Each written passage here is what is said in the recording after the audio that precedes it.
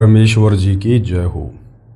परमपिता परमात्मा सारी सृष्टि के रचनहार कुल मालिक, असंख्य ब्रह्मांडों के स्वामी, जगत गुरु, तीनों लोकों में प्रवेश करके सबका धारण पोषण करने वाले, राजाधीराज, आत्माधार, नाथों के नाथ, देवों के देव महादेव, सर्वेश्वर महेश्वर, मृत्युंजय, अजरो अमर, आदि अनादि सनातनी प्रभु, जगत पिता जगदीश्वर, श्री श्री 1008 की उपाधि के वास्तविक अधिकारी, अकाल मूर्त शब्द स्वरूपी राम वासुदेव, सर्वगतम ब्रह्म, परम पूज्य, प्रथम पूज्य, परम संत, परम पुरुष, परम धनी, परम दयालु, सत्य कबीर, हक्का कबीर, अल्लाहु कबीर, अल्लाहु अकबर, बाखबर, अल्लाह ताला, जगत के तारणहार, जगत के मुक्तिदाता, जगत के जगन्नाथ, हारे के सहारे, हिंदुओं के राम, मुसलमानों के अल्लाह, सिखों के वाहिगुरु, ईसाइयों के मसीह, दया के सागर दया निधि, करुणा के सागर करुणा निधि,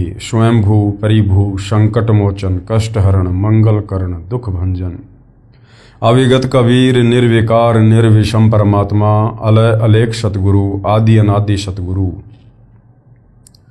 असली मर्यादा पुरुषोत्तम, असली राम, असली कृष्ण, असली घनश्याम, असली मुरारी, राजाओं के राजा, महाराजाओं के महाराजा, शहंशाहों के शहंशाह, सम्राटों के सम्राट, भगवानों के भगवान, अल्लाहों के अल्लाह, प्रभुओं के प्रभु, मसीहाओं के मसीह, सच्चे वाहिगुरु, बाबाओं के बाबा, पीरों के पीर, सेठों के सेठ, जगत सेठ, सावड़ सा सेठ, सर्वगुण संपन्न, अनंत कोटि कलाओं के स्वामी, अनंत कोटि ब्रह्मांडों के नायक, योगियों में महायोगी, ध्यानियों में महाध्यानी, सिद्धों में परम सिद्ध, ज्ञानियों में तत्वज्ञानी, ब्रह्म ज्ञानी, महाज्ञानी, परम ज्ञानी, सर्वश्रेष्ठ ज्ञानी, विज्ञानी, युवा कबीर, समर्थ कबीर, असमवात, अमित ओजा, सच्चे रहनुमा, करीम अल्लाह, सुभान अल्लाह, दुनिया के अंतिम पैगंबर, 8 सितंबर 1951 से गांव धनाना, जिला सोनीपत, हरियाणा, भारतवर्ष की पावन भूमि पे प्रकट रियल कल की भगवान श्री नारायण साकार हरि, श्री बाबा साहेब, नूर अनंत परमात्मा,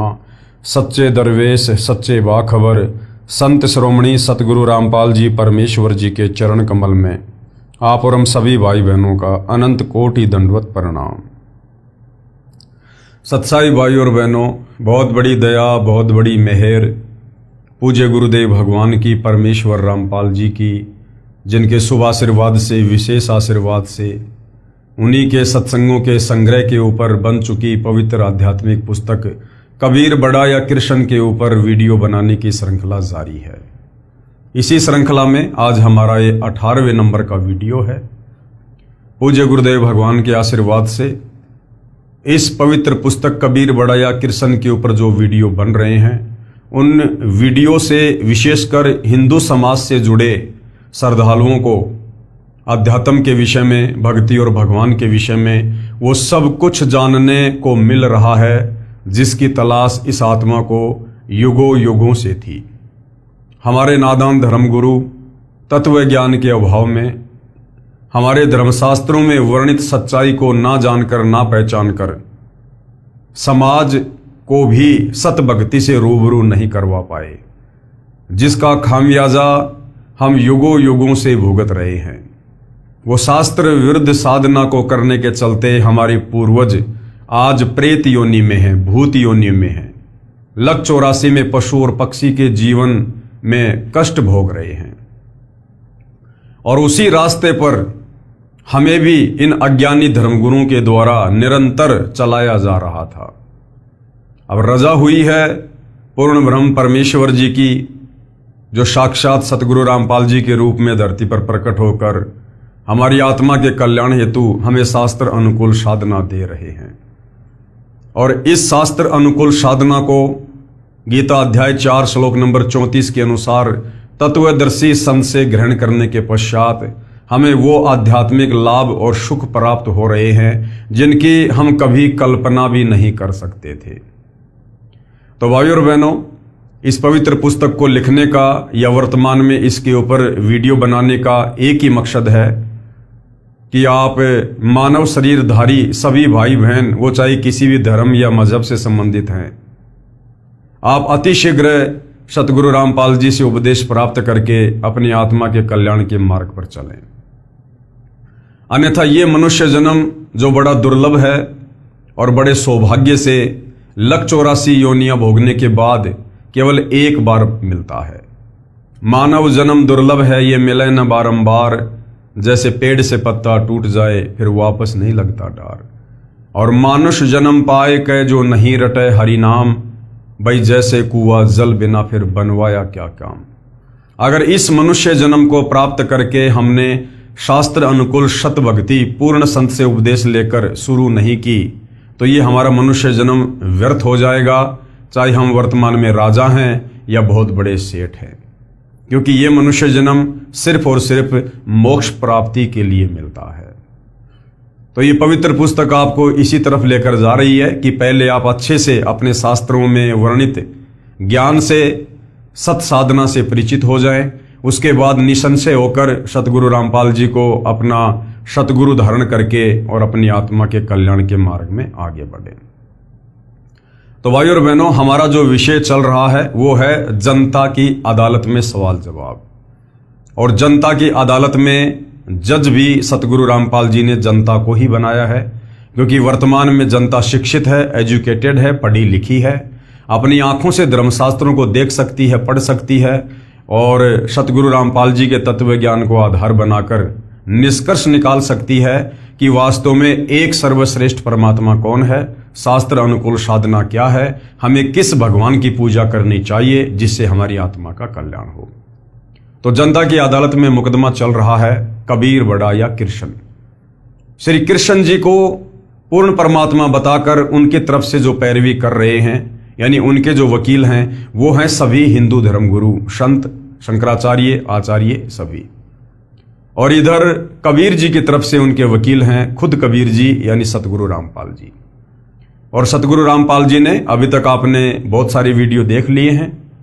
जनता की अदालत में जनता के सामने हिंदुओं के धर्म ग्रंथों को, वेदों को, गीता जी को, पुराणों को दिखा दिखाकर प्रमाणित कर दिया है कि श्री कृष्ण उर्फ विष्णु ये नाशवान भगवान हैं, ये अविनाशी नहीं हैं, इनकी जन्म और मृत्यु होती है, इनके माता पिता हैं और ये किसी का मोक्ष नहीं कर सकते। और दूसरी तरफ कबीर जी के विषय में वेदों से और गीता जी से प्रमाणित कर दिया कि कबीर जी ही सुप्रीम गॉड हैं। गीता अध्याय 15 श्लोक 17 के अनुसार जो उत्तम पुरुष है, सर्वश्रेष्ठ परमात्मा है, जो तीनों लोकों में प्रवेश करके सबका धारण पोषण करता है, वो कबीर देव है। तो जनता धीरे धीरे अपनी आंखों से धर्मशास्त्रों में वर्णित सच्चाई को देखकर अध्यात्म के प्रति रुचि ले रही है और अध्यात्म में आगे और बहुत कुछ जानने के लिए कबीर जी के वकील सतगुरु रामपाल जी से सवाल कर रही है और सतगुरु रामपाल जी उनके प्रत्येक सवाल का उन्हीं के धर्मशास्त्रों को दिखा दिखा कर जवाब दे रहे हैं। तो वर्तमान में जो टॉपिक है वो है श्राद्ध को लेकर कि ये जो श्राद्ध निकलवाए जा रहे हैं इन नादान धर्मगुरुओं के द्वारा, पंडित और ब्राह्मणों के द्वारा, ये शास्त्र विधि को त्याग कर मनमाना आचरण है। श्राद्ध विधि ना हमारे वेदों में वर्णित है, ना पवित्र गीता जी में वर्णित है। और गीता अध्याय 16 श्लोक 23 के अनुसार ये मनमाना आचरण है। यदि हम श्राद्ध निकालेंगे तो हम भी मरने के बाद अपने पूर्वजों के पास उन्हीं प्रेत योनियों में जाएंगे, भूत योनियों में जाएंगे, क्योंकि श्राद्ध निकालना भूत पूजा में आता है। गीता अध्याय 9 श्लोक 25 मना कर रहा है कि भूत पूजोगे तो भूत बनोगे, प्रेत पूजोगे तो प्रेत बनोगे। तो अब श्राद्ध निकालने की यानी अपने उन पूर्वजों को जो शास्त्र विरुद्ध साधना करने के चलते इन नादान धर्म गुरुओं के कहने पर आज उन प्रेत योनियों में कष्ट भोग रहे हैं, उन पूर्वजों को मुक्ति दिलाने का सर्वश्रेष्ठ श्राद्ध कैसा है, वो सर्वश्रेष्ठ श्राद्ध की विधि क्या है, अब वो सतगुरु रामपाल जी आपको बता रहे हैं। यदि आप उनकी शरण में आकर उस विधि से श्राद्ध निकालोगे यानी उनके बताए अनुसार भक्ति करोगे, 5 यज्ञ करोगे, तो आपकी 7 पीढ़ियों पहले के जितने भी पूर्वज हैं, वो चाहे प्रेत योनि में हैं, चाहे भूत योनि में हैं, चाहे पशु और पक्षी की योनि में हैं, चाहे नरक में कष्ट भोग रहे हैं, तुरंत उन्हें मनुष्य जन्म परमेश्वर प्रदान करेंगे और मनुष्य जन्म देकर उन्हें वर्तमान में अपनी शरण में लेंगे और उनका भी उद्धार करेंगे। तो वर्तमान में इस धरती पर यदि अपने पूर्वजों के कोई सर्वश्रेष्ठ श्राद्ध कर रहा है तो सतगुरु रामपाल जी के भगत ही कर रहे हैं। तो देखिए किस प्रकार से सतगुरु रामपाल जी हमें समझा रहे हैं। श्राद्ध करने की श्रेष्ठ विधि, यानी ये जो हमारे नादान धर्मगुरु, पंडित, आचार्य, शंकराचार्य, ब्राह्मण हमें जो शास्त्र विरुद्ध विधि श्राद्ध निकालने की बता रहे हैं, जिससे ना हमारे पूर्वजों की मुक्ति हो सकती, उल्टा हमारी दुर्गति होगी। तो इस शास्त्र विरुद्ध विधि के अतिरिक्त शास्त्र अनुकूल विधि क्या है श्राद्ध निकालने की, अपनी पूर्वजों को मुक्ति दिलाने की, वो सतगुरु रामपाल जी बता रहे हैं। श्राद्ध करने की श्रेष्ठ विधि श्री विष्णु पुराण के तीसरे अंश में अध्याय 15 श्लोक 55-56 पेज 153 पर लिखा है कि श्राद्ध के भोज में यदि एक योगी यानी शास्त्र अनुकूल साधना करने वाले भगत को भोजन करवाया जाए तो श्राद्ध भोज में आए 1000 ब्राह्मणों तथा यजमान के पूरे परिवार सहित सर्व पितरों का उद्धार कर देता है। अब विवेचन क्या कह रहे हैं सतगुरु रामपाल जी। मेरे यानी लेखक के तत्व ज्ञान को सुन समझकर, यानी सतगुरु रामपाल जी हमें जो ज्ञान दे रहे हैं, जो सत्संग सुना रहे हैं, जो पुस्तकें लिखी हैं, इनको पढ़कर, सुनकर, समझकर भगत दीक्षा लेकर साधना करते हैं। ये योगी यानी शास्त्रोक्त साधन है। यानी जो व्यक्ति सतगुरु रामपाल जी के तत्व ज्ञान को समझकर, उनसे उपदेश प्राप्त करके और उनके द्वारा बताई गई प्रत्येक मर्यादाओं में रहकर भक्ति करेगा, वो वास्तव में योगी है, शास्त्र अनुकूल साधक है। हम सत्संग समागम करते हैं, उसमें भोजन भंडारा लंगर भी चलाते हैं। जो व्यक्ति उस भोजन भंडारे में दान करता है, उससे बने भोजन को योगी यानी मेरे शिष्य तथा ये दास यानी लेखक यानी सतगुरु रामपाल जी सब खाते हैं। और ये दास यानी सतगुरु रामपाल जी अपने लिए कह रहे हैं कि सत्संग सुनाकर नए व्यक्तियों को यथार्थ भक्ति ज्ञान बताता है। शास्त्रों के प्रमाण प्रोजेक्टर पर दिखाता है, जिस कारण से श्रोता शास्त्र विरुद्ध साधना त्याग कर शास्त्रोक्त साधना करते हैं, यानी शास्त्रों में वर्णित सत साधना करते हैं। इस प्रकार उस परिवार का उद्धार हुआ। उनके द्वारा दिए दान से बने भोजन को भक्तों ने खाया, इससे पितरों का उद्धार हुआ। पितर जोनी छूटकर अन्य जन्म मिल जाता है। सत्संग में यदि 1000 ब्राह्मण भी उपस्थित हों तो वे भी सत्संग सुनकर शास्त्र विरुद्ध साधना त्याग कर अपना कल्याण करवा लेंगे। जैसे आप जी ने पहले पढ़ा कि कबीर जी ने गंगा के तट पर ब्राह्मणों को ज्ञान देकर उनकी शास्त्र विरुद्ध साधना को गलत सिद्ध करके सत्य साधना के लिए प्रेरित किया। उन ब्राह्मणों ने सतगुरु कबीर जी से दीक्षा लेकर अपना कल्याण करवाया। अन्य साधना जो शास्त्रों के विरुद्ध थी त्याग दी और सुखी हुए।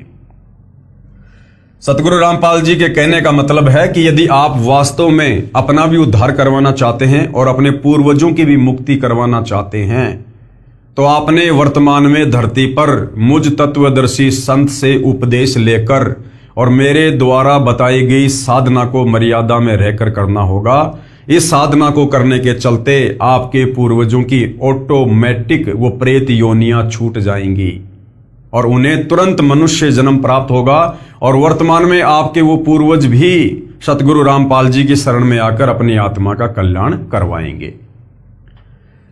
दास की प्रार्थना है कि वर्तमान में मानव समाज शिक्षित है, वह अवश्य ध्यान दे तथा शास्त्र विधि अनुसार साधना करके पूर्ण परमात्मा के सनातन परम धाम यानी शाश्वत स्थानम अर्थात सतलोक को प्राप्त करे, यानी काल के 21 ब्रह्मांडों से अपनी पूर्ण मुक्ति करवाए, जिससे पूर्ण मोक्ष तथा परम शांति प्राप्त होगी। पूर्ण मोक्ष यानी हम सतलोक चले जाएंगे, वहां जाने के बाद कोई जन्म और मृत्यु नहीं है, जिससे हम परम शांति को प्राप्त होंगे। क्योंकि जब तक हम जन्मते और मरते हैं हम कभी भी परम शांति को प्राप्त नहीं हो सकते। तो सतलोक में जाने के बाद इस आत्मा का जन्म और मरण सदा के लिए समाप्त हो जाता है। गीता अध्याय 15 श्लोक 4 तथा अध्याय 18 श्लोक 62 में जिसको प्राप्त करने के लिए कहा है, किसको? सतलोक को, सनातन परम धाम को।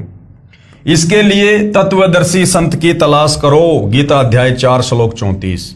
गीता अध्याय 4 श्लोक 34 में क्या कहा है कि उस सनातन परम धाम को, शतलोक को प्राप्त करने के लिए, जहां जाने के बाद साधक फिर कभी लौटकर वापस मुझ काल के 21 ब्रह्मांडों में जन्म और मरण के चक्कर में नहीं आता है, उसके लिए भाई किसी तत्वदर्शी संत की खोज कर, उस तत्वदर्शी संत के बताए अनुसार सत साधना कर, तब तेरा यहां से बेड़ा पार होगा, अन्यथा तू यहीं पर मेरे इस काल की चक्की में पिसता रहेगा।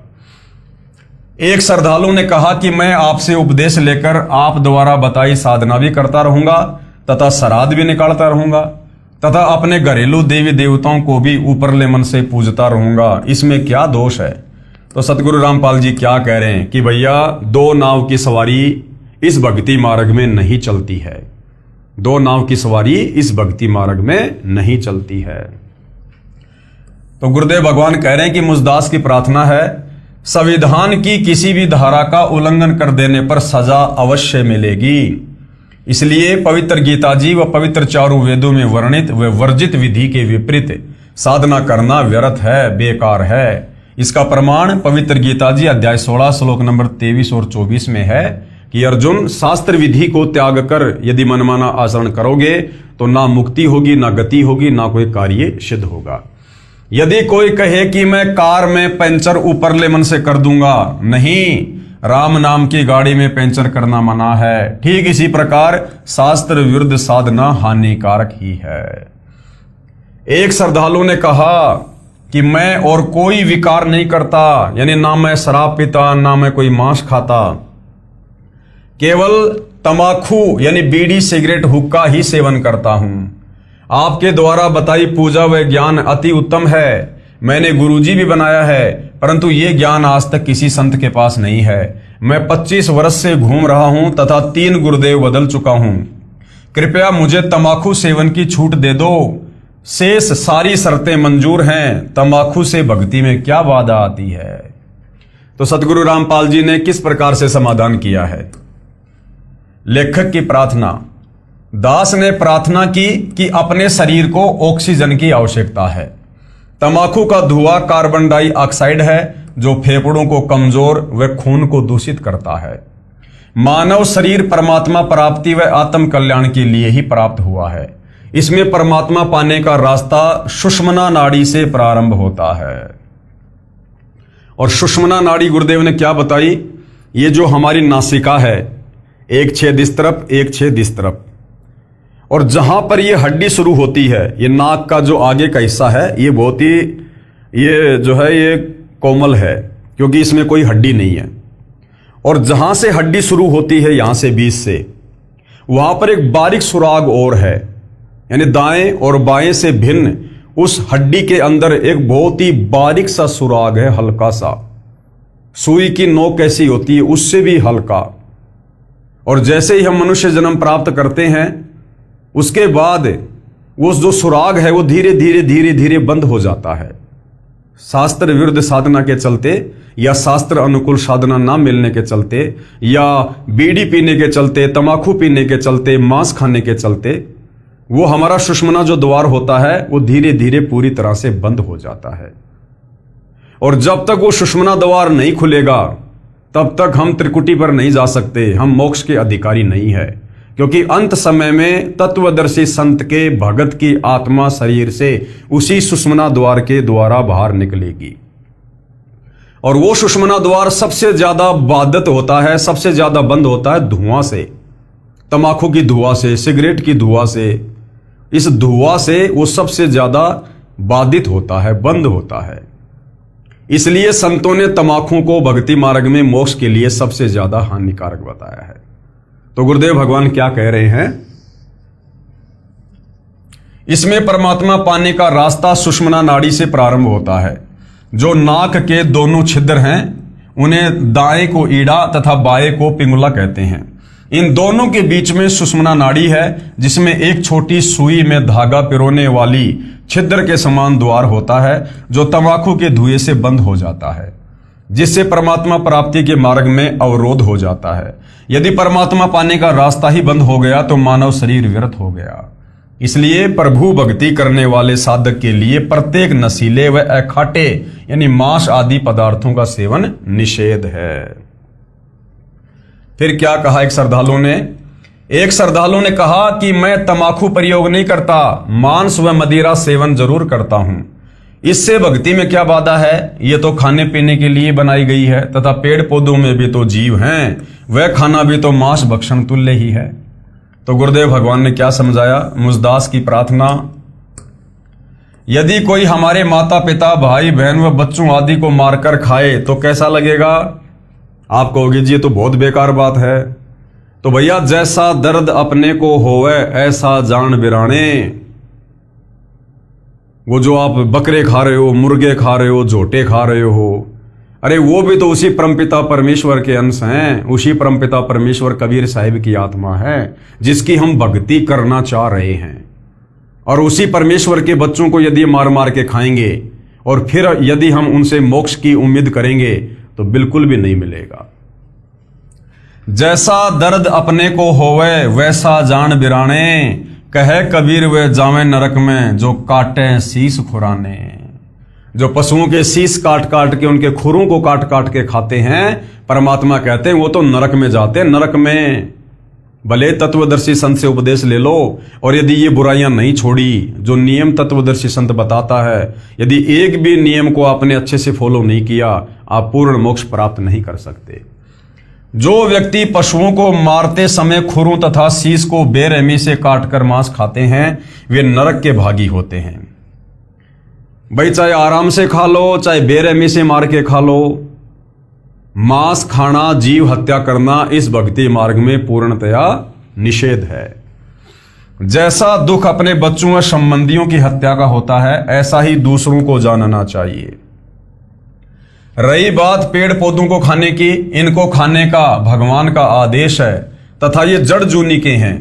यानी हम जो इंसान हैं, हम हैं चेतन योनि के प्राणी, और जो पेड़ पौधे हैं वो हैं जड़ जूनी के प्राणी। उनको काटने से दर्द नहीं होता है, उनको कोई पीड़ा नहीं होती है, क्योंकि वो जड़ जूनी के प्राणी हैं।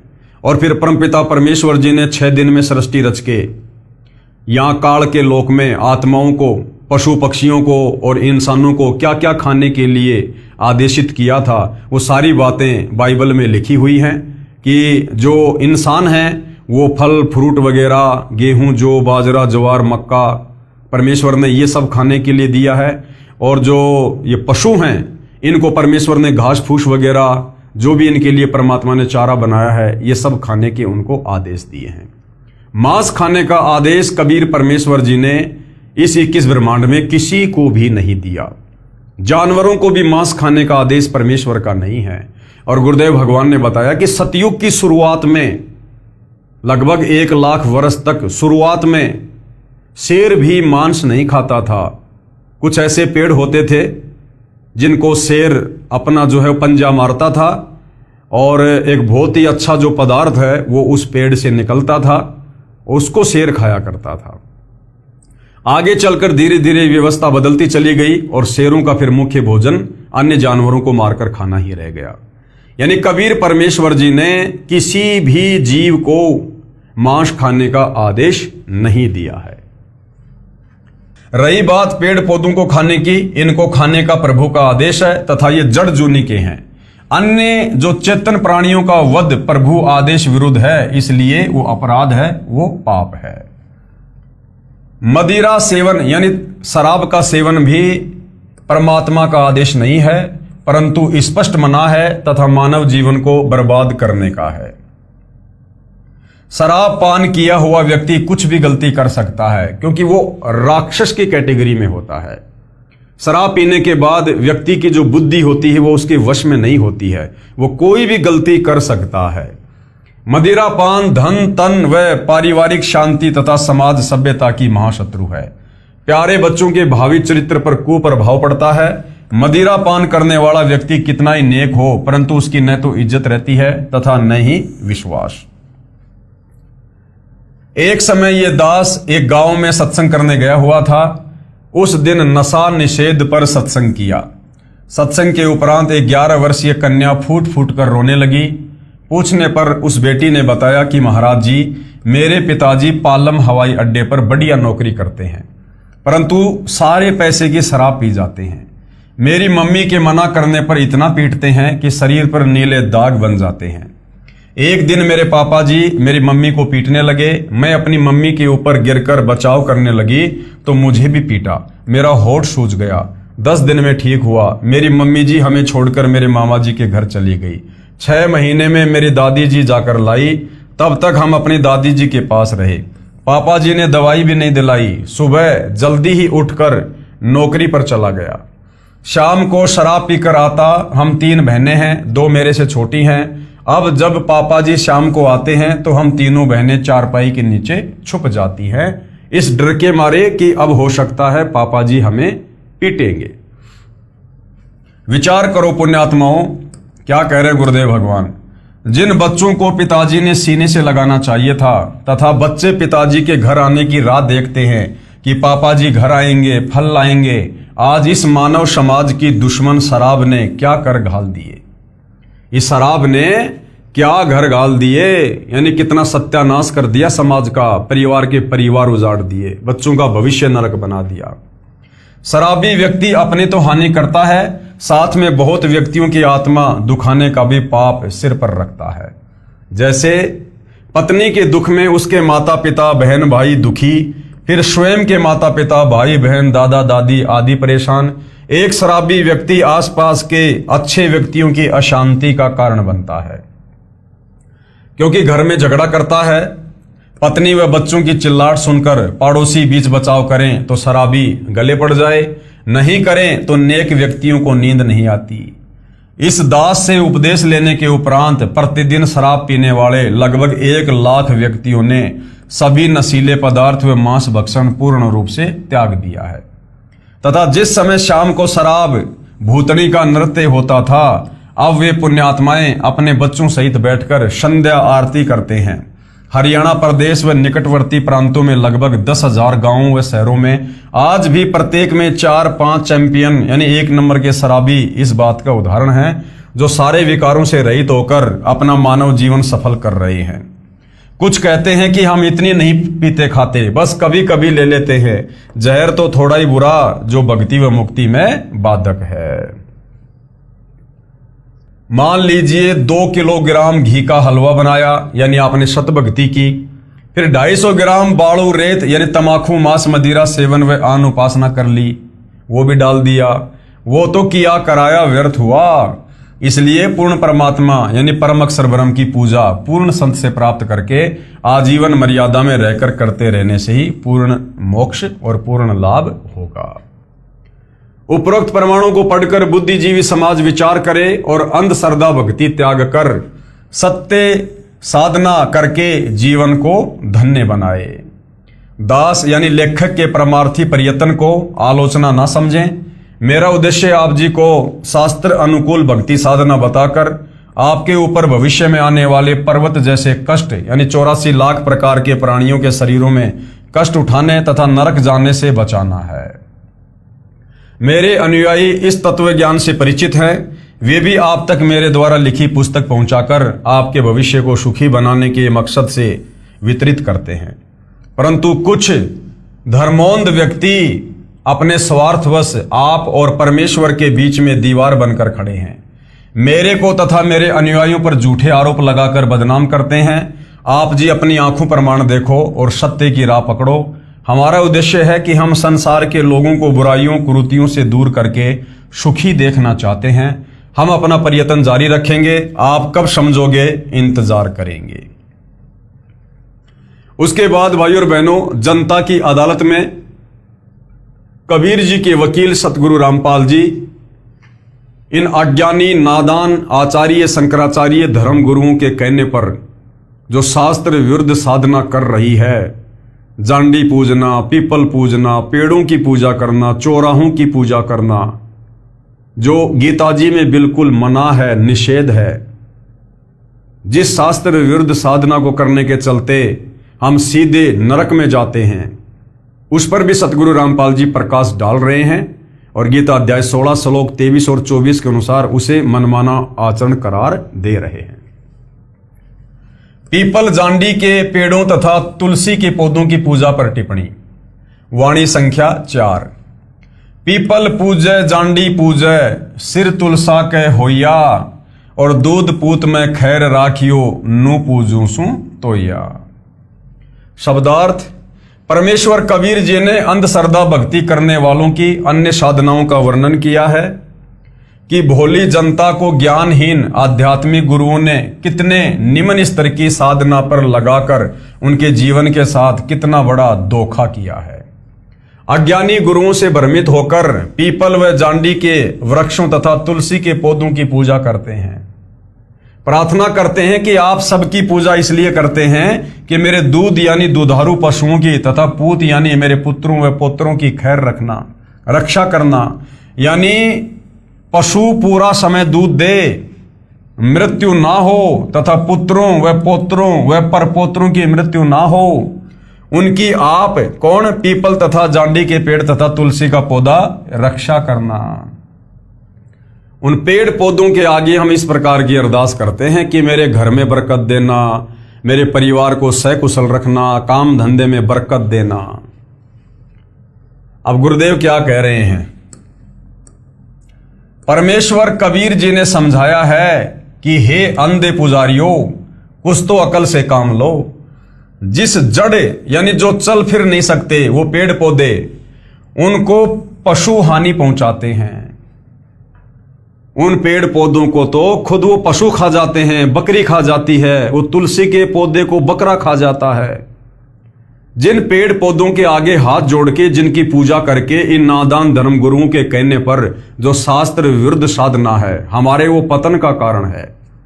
और जिन पेड़ पौधों से हम अपने परिवार की खुशल मंगल की कामना कर रहे हैं, वो पेड़ पौधे अपने खुद की रक्षा नहीं कर पाते। उन पेड़ पौधों को अन्य जानवर खा जाते हैं, पशु खा जाते हैं, तुलसा को बकरा खा जाता है। वो तुलसा अपना बचाव नहीं कर सकती उन पशु पक्षियों से। फिर भला हमारे घर के पशु पक्षियों में, उनके शरीरों में वो पेड़ पौधे, उनकी पूजा करने से कैसे लाभ होगा? हमारे को बहका रखा है। उनको पशु हानि पहुंचाते हैं, वे अपनी रक्षा नहीं कर पाते। तुलसी को बकरा खा जाता है, वह अपनी रक्षा नहीं कर सकती। वृक्षों और पौधों की पूजा करके घर परिवार में आप धन वृद्धि तथा जीवन की रक्षा की कामना करते हो। वे स्वयं विवश हैं, आपकी रक्षा कैसे करेंगे? ये आपकी अंधश्रद्धा है जो आपके अनमोल मानव जीवन के लिए खतरा है। यानी आपका मानव जीवन शास्त्र वर्णित साधना त्याग कर शास्त्र विरुद्ध साधना रूपी मनमाना आचरण करने से नष्ट हो जाएगा। वाणी संख्या 4 में एक वाक्य है कि पीपल पूजय जांडी पूजय सिर तुलसा कह होइया। सिर होना का तात्पर्य है कि जो कुछ नहीं कर सकता, अज्ञानता के कारण उसी व्यक्ति से अपने कार्यवश बार बार निवेदन करना। वह व्यक्ति उस भोले मानव से कहता है कि मेरे सिर क्यों हो रहा है, मैं आपका ये कार्य नहीं कर सकता। परमेश्वर कबीर जी ने समझाया है कि जो आपके कार्य को करने में सक्षम नहीं है, जो कार्य परमात्मा के अतिरिक्त कोई नहीं कर सकता और जो स्वयं असहाय है, उनसे आप कार्य सिद्धि की आशा करते हैं, यह अज्ञानता है। वाणी संख्या 5 आगे कबीर परमेश्वर क्या बता रहे हैं? आप लिप आप पोते आप बनावे अहोइया, और उससे बोंदू पोते मांगे अकल मूल से खोइया। शब्दार्थ, परमेश्वर कबीर जी ने आन उपासना की एक और अंधश्रद्धा का स्पष्टीकरण किया है। कहा है कि एक भोली वरदा लोक वेद के अनुसार आन उपासना करते हुए स्वयं ही अहोई नामक माता यानी देवी का चित्र बनाती है। उसके लिए पहले दीवार को गारा तथा गाय के गोबर को मिलाकर लीपती है, यानी पलस्तर करती है। उस पर अहोई देवी का चित्र अंकित करती है।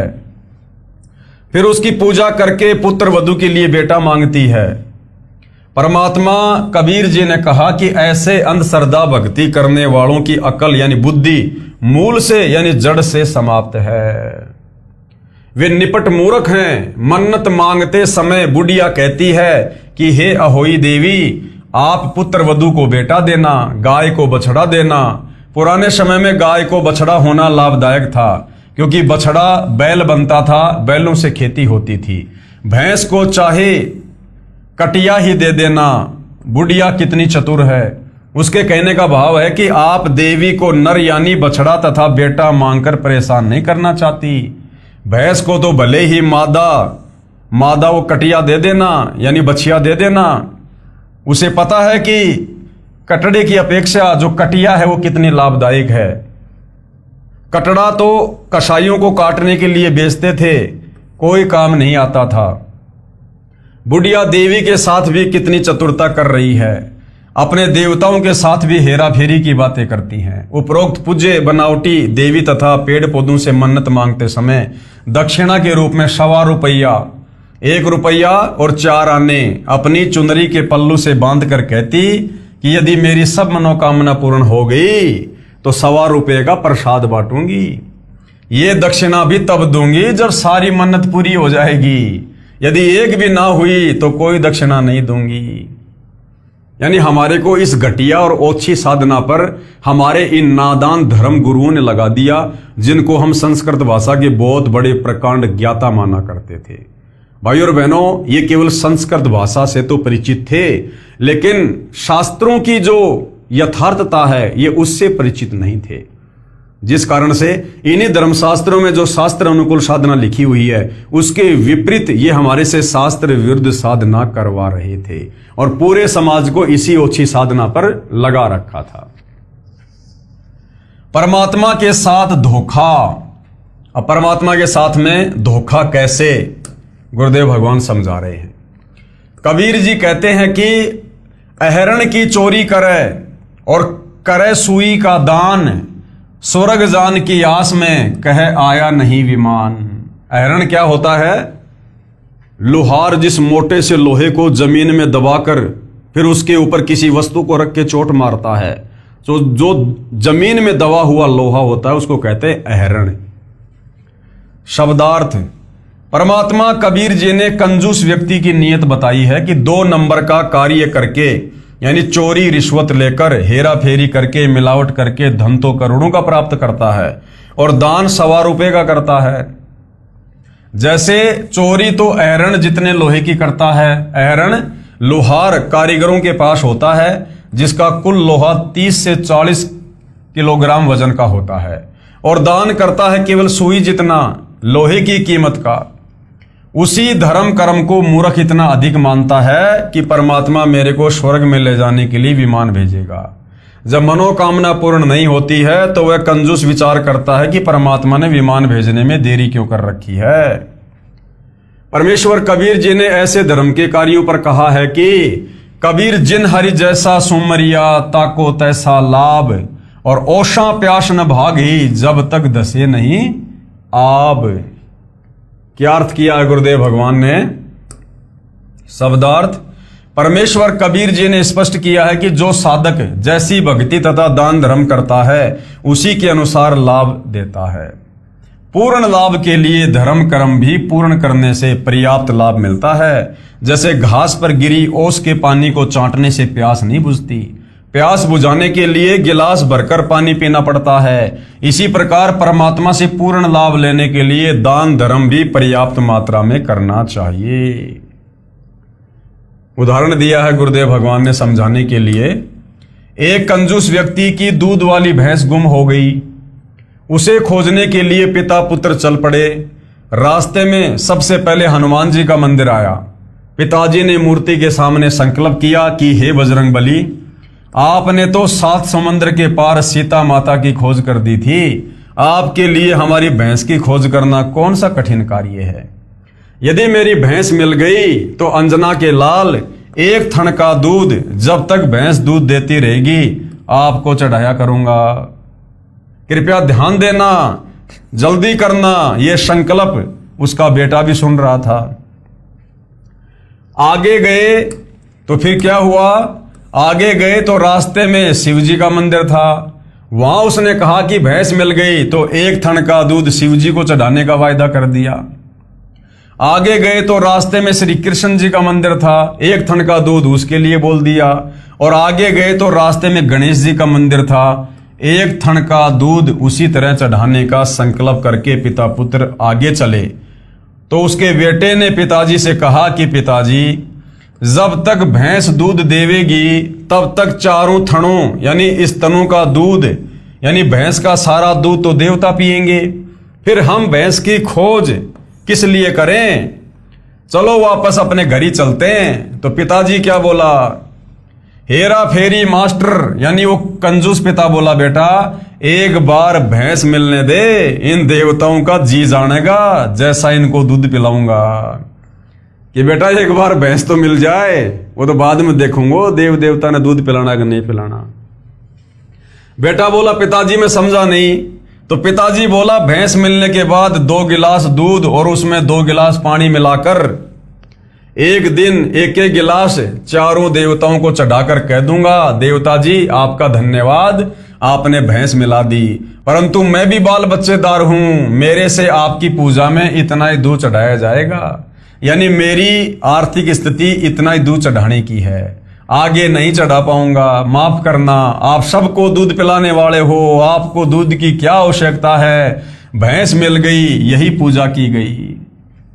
परमेश्वर कबीर जी बताना चाहते हैं कि तत्व ज्ञान ना होने के कारण भगत की नीयत साफ नहीं हो सकती, जिस कारण से वह सांसारिक क्षेत्र में तो हेरा फेरी करता ही है, परमात्मा को भी नहीं छोड़ता। ये अंध भक्ति है जो शास्त्र के विरुद्ध है, जिसमें कोई लाभ होने वाला नहीं है, जिससे जीव की मानसिकता का विकास नहीं हो सकता। अब आगे पूज्य गुरुदेव भगवान शास्त्र विरुद्ध साधना के तहत जो हमारी माता बहनों से ये हमारे नादान तत्व ज्ञानहीन धर्म गुरु सत्यनारायण की कथा करवाया करते थे, 16 शुक्रवार करवाया करते थे, तरह तरह के व्रत करवाया करते थे, तो इन शास्त्र विरुद्ध साधनाओं को करने से भी साधक को किसी प्रकार का कोई लाभ संभव नहीं है। 16 शुक्रवार के व्रत करना, वाणी संख्या 6, पति शराबी घर पर नित ही करत बहुत लड़ैया, और उसकी पत्नी 16 शुक्र व्रत करत है, देही नित तुड़ैया।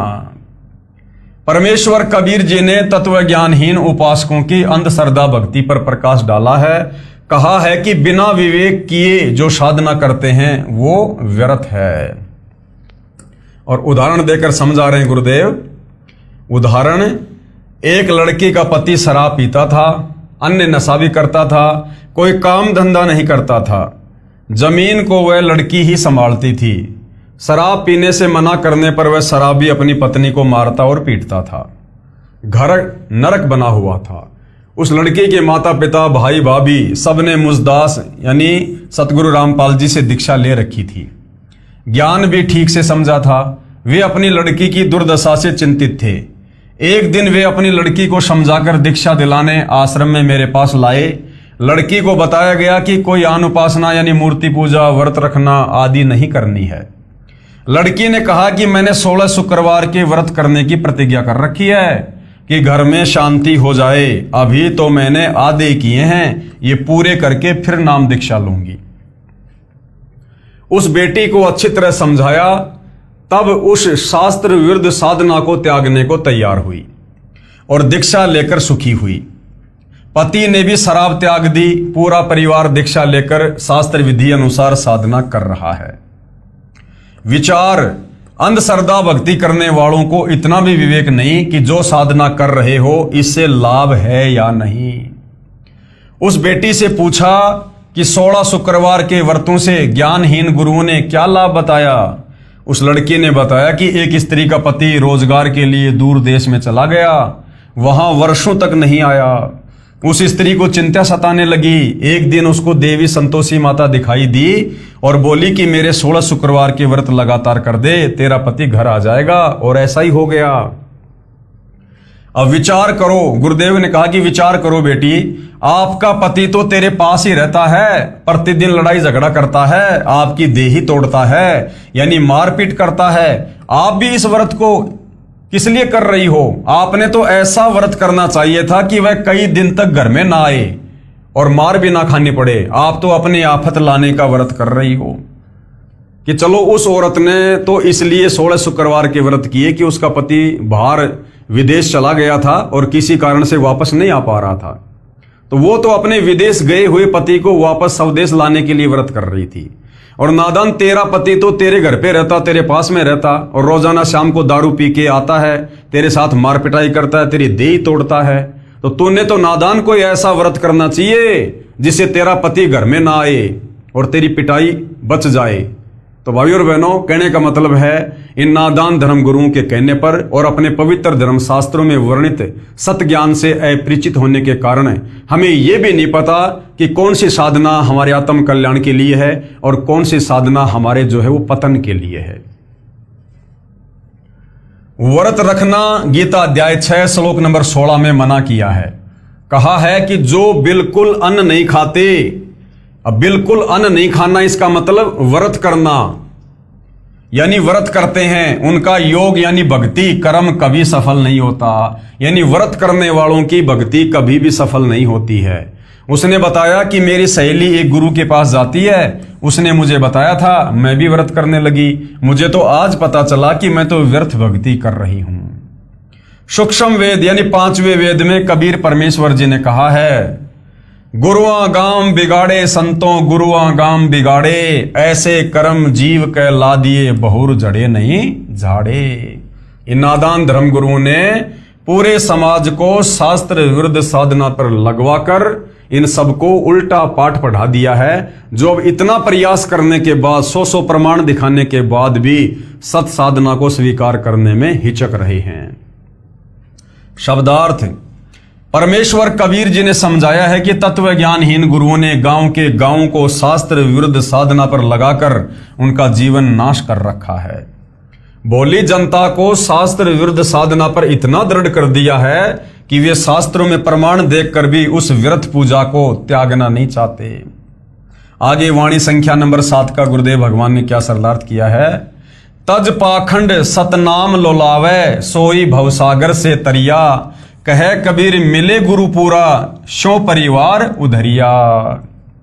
परमात्मा कबीर जी ने स्पष्ट किया है कि उपरोक्त तथा अन्य शास्त्र विरुद्ध पाखंड पूजा को त्याग कर पूर्ण सतगुरु से सच्चे नाम का जाप प्राप्त करके श्रद्धा से भक्ति करके भगत जन पार हो जाते हैं। उनके परिवार के सभी सदस्य भी भक्ति करके कल्याण को प्राप्त हो जाते हैं। और भाई वर्तमान में धरती पर वो पूर्ण संत, वो तत्वदर्शी संत केवल सतगुरु रामपाल जी हैं। और एक समय में धरती पर केवल एक ही तत्वदर्शी संत होता है, गीता अध्याय 4 श्लोक नंबर 34 वाला। और उसी तत्वदर्शी संत के मार्गदर्शन में उनसे उपदेश लेकर आजीवन मर्यादा में रहकर भक्ति करने से इस आत्मा का कल्याण संभव है। अन्य पाखंड पूजा से, शास्त्र विरुद्ध साधना से हम केवल प्रेत योनि में, भूत योनि में, नरक में और लक 84 में और जन्म मरण में ही पड़े रहेंगे। अब पवित्र गीता जी में व्रत करने के विषय में क्या लिखा हुआ है। आगे भाइयों और बहनों, जनता की अदालत में कबीर जी के वकील सतगुरु रामपाल जी से जनता अध्यात्म के विषय में और सवाल कर रही है। प्रश्न, क्या एकादशी, कृष्ण अष्टमी या अन्य व्रत भी शास्त्रों में वर्जित हैं? क्या एकादशी का व्रत भी नहीं करना चाहिए? ये जो श्री कृष्ण जी की जो ये जन्माष्टमी आती है, क्या ये भी नहीं मनानी चाहिए? और ये जितने भी प्रकार के जो व्रत हैं, क्या ये भी हमारे शास्त्रों में मना किया हुआ है? तो उत्तर दिया है, गीता अध्याय 6 श्लोक 16 में बताया है कि बिल्कुल न खाने वाले यानी व्रत रखने वालों का योग यानी परमात्मा से मिलने का उद्देश्य पूरा नहीं होता। यानी व्रत रखने वालों की भक्ति बिल्कुल भी सफल नहीं होती है। ये हमारा पवित्र सदग्रंथ गीता कह रहा है। गीता अध्याय 6 श्लोक 16, हे अर्जुन, ये योग यानी परमात्मा प्राप्ति के लिए की गई साधना न तो बहुत खाने वाले का और ना बिल्कुल न खाने वाले का तथा न बहुत सोने वाले का और न सदा जागने वाले का ही सिद्ध होता है। यानी हमने मनुष्य जन्म में बैलेंस बनाकर चलना होता है, खाने को लेकर और नींद को लेकर। जो व्यक्ति बहुत ज्यादा खाना खाएगा, पेट को भरा भरा रखेगा, आवश्यकता से ज्यादा खाएगा, तो वो भक्ति क्या खाक करेगा? उसका शरीर तो टूटता रहेगा, अंगड़ाई लेता रहेगा, उसको आलस से आएगा, उबासी आएगी, जम्भाई आएगी, पेट में उसके पीड़ा होगी, पेट में मरोड़े उठेंगे। तो वो व्यक्ति यानी बहुत ज्यादा भोजन खाने वाला भी कभी भक्ति सफल नहीं कर सकता। और बिल्कुल ना खाने वाला भी यानी व्रत रखने वाला, अब पेट में तो चूहे कूद रहे हैं, भक्ति करने बैठ गए, बार बार वो भूख याद आ रही है, तो फिर वो व्यक्ति भी भक्ति नहीं कर पाएगा। तो क्या करना होगा? संयम से भोजन करना होगा, ना ज्यादा खाना और ना बिल्कुल कम खाना। हमने मीडियम स्तर पर हमने भोजन करना है, जिससे हमारा शरीर भी स्वस्थ रहे, हम काम धंधा भी कर सकें और अपनी भक्ति भी कर सकें। इसी प्रकार जो व्यक्ति बहुत ज्यादा सोता है या बिल्कुल भी नहीं सोता है, वो व्यक्ति भी अपनी भक्ति को सफल नहीं कर पाता है। इसलिए व्रत रखना शास्त्र विरुद्ध होने से व्यर्थ सिद्ध हुआ। तीर्थ तथा धाम क्या है? इन नादान धर्म गुरुओं ने हमें शास्त्र विरुद्ध साधना के चलते तीर्थों पर, धामों पर केंद्रित कर दिया है कि गंगा जी से जल ले आओ, जल लाकर किसी मंदिर में डाल दो, आपका बेड़ा पार हो जाएगा। पैदल यात्रा करते हुए नीलकंठ जाओ, बद्रीनाथ जाओ, फला फला देवता के जाओ, तुम्हारे सर्व कार्य सिद्ध हो जाएंगे। फला फला तीर्थ पर जाकर इतना दान कर दो, इतना धर्म कर दो, उस तीर्थ पर जाकर ऐसे ऐसे स्नान कर लो, तुम्हारे पाप कट जाएंगे। जबकि इस प्रकार की साधना ये तीर्थों पर जाकर करना, धामों पर जाकर करना, मंदिर, मस्जिद, चर्च, गुरुद्वारों में जाकर करना, ये पवित्र गीता जी के विरुद्ध होने से ये किसी भी प्रकार से लाभदायक नहीं है, उल्टा हम पाप के भागी बनते हैं। तो तीर्थ तथा धाम क्या है, इस विषय में भाइयों और बहनों हम अगले वीडियो में चर्चा करेंगे, क्योंकि जनता की अदालत में अब जनता धीरे धीरे अपने सर्व पवित्र हिंदू धर्म ग्रंथों को, विशेषकर चारों वेद, गीता जी और 18 पुराणों से जो ज्ञान सतगुरु रामपाल जी बता रहे हैं, जो प्रमाण जनता की अदालत में दिखा रहे हैं, उनको देखकर अब जनता धीरे धीरे अध्यात्म में रुचि ले रही है और सत साधना पर लगने से पूर्व अपनी समस्त प्रकार की शंकाओं का समाधान करवा रही है। तो भाइयों और बहनों, हम प्रत्येक विषय को धीरे धीरे लेंगे, धीरे धीरे आगे बढ़ेंगे, ताकि हम इन चीजों को समझते हुए आगे बढ़ें और फिर सतगुरु रामपाल जी से यानी तत्वदर्शी संत से उपदेश प्राप्त करके शास्त्रों में वर्णित शास्त्र अनुकूल साधना करके अपनी आत्मा का कल्याण करवा सकें। तो आज के इस विषय पर केवल इतना ही। अगले टॉपिक पर हम कल फिर चर्चा करेंगे। तब तक पूज्य गुरुदेव भगवान हम सबको आज्ञा दे, आशीर्वाद दें, सद्बुद्धि दे। बंदी छोड़ सतगुरु रामपाल जी परमेश्वर जी की जय हो।